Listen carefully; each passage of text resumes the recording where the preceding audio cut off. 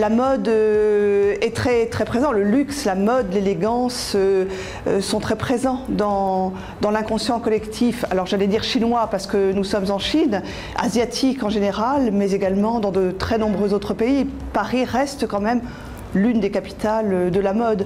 Et c'est une manière de donner envie peut-être de toucher un peu Paris de cette manière.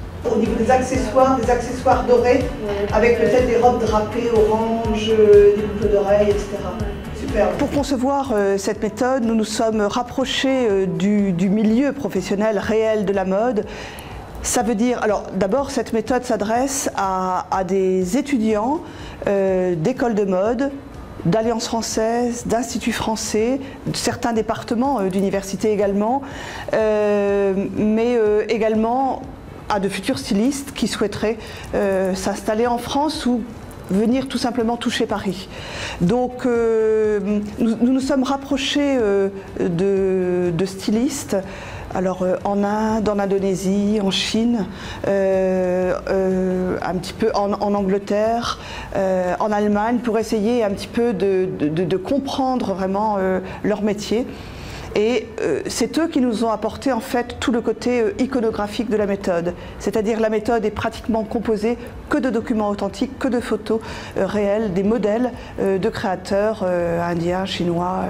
L'étudiant qui a fini ce cursus est beaucoup plus à même d'intégrer, s'il le souhaite, une école de mode française, parce qu'évidemment il faut quand même un certain bagage. Le français général n'est pas suffisant. Il faut qu'il puisse décrire des imprimés, des matières, des couleurs. Le français de la mode est aussi très imagé.